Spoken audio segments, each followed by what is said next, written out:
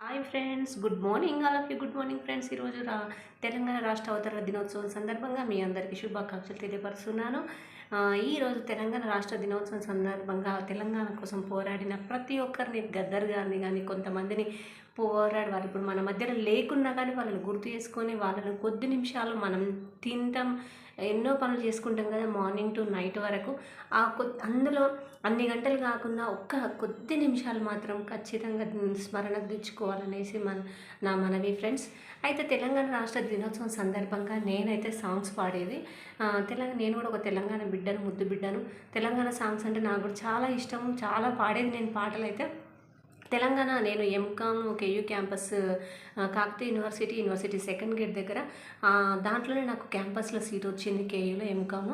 ఆ చదివే రోజులలో కూడా సెమినార్ అనేది జరిగింది. ఆ సెమినార్ రూమ్లో వచ్చేసి తెలంగాణ రాష్ట్ర విమోచన దినోత్సవం అనేసి ప్రోగ్రాం కండక్ట్ చేశారు. ఆ ప్రోగ్రాంలో నేను వచ్చేసి నాకు అవకాశం ఇచ్చారు.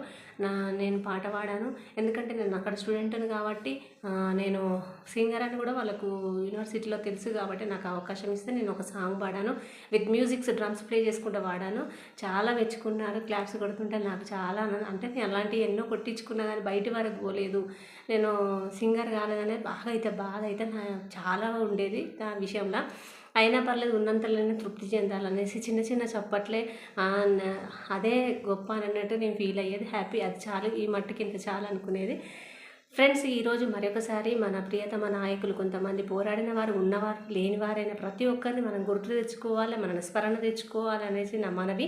ఈరోజు ఈ స్పెషల్ సాంగ్ నేను వచ్చేసి రాష్ట్ర